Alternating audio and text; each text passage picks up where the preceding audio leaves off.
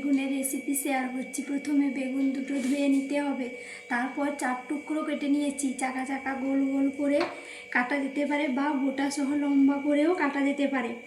বেগুনগুলো পরিমাণ মতো লবণ, হলুদ, লাল লঙ্কা গুঁড়ো দিয়ে 10 মিনিট মাখিয়ে রেখে দিলাম।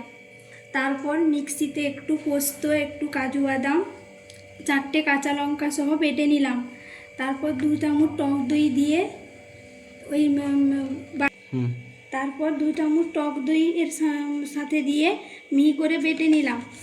তারপর একটা কড়াইতে সাদা তেল দিয়ে বেগুনগুলো লাল লাল করে ভেজে নিলাম। একটা বাটিতে 2 চামচ হলুদ গুঁড়ো, 2 চামচ কাশ্মীরি লাল লঙ্কার গুঁড়ো, 2 চামচ জিরে গুঁড়ো দিয়ে কড়াইতে পরিমাণ মতো তেল দিয়ে গ্যাসের ফ্লেম কমিয়ে দিয়ে কষিয়ে নিলাম।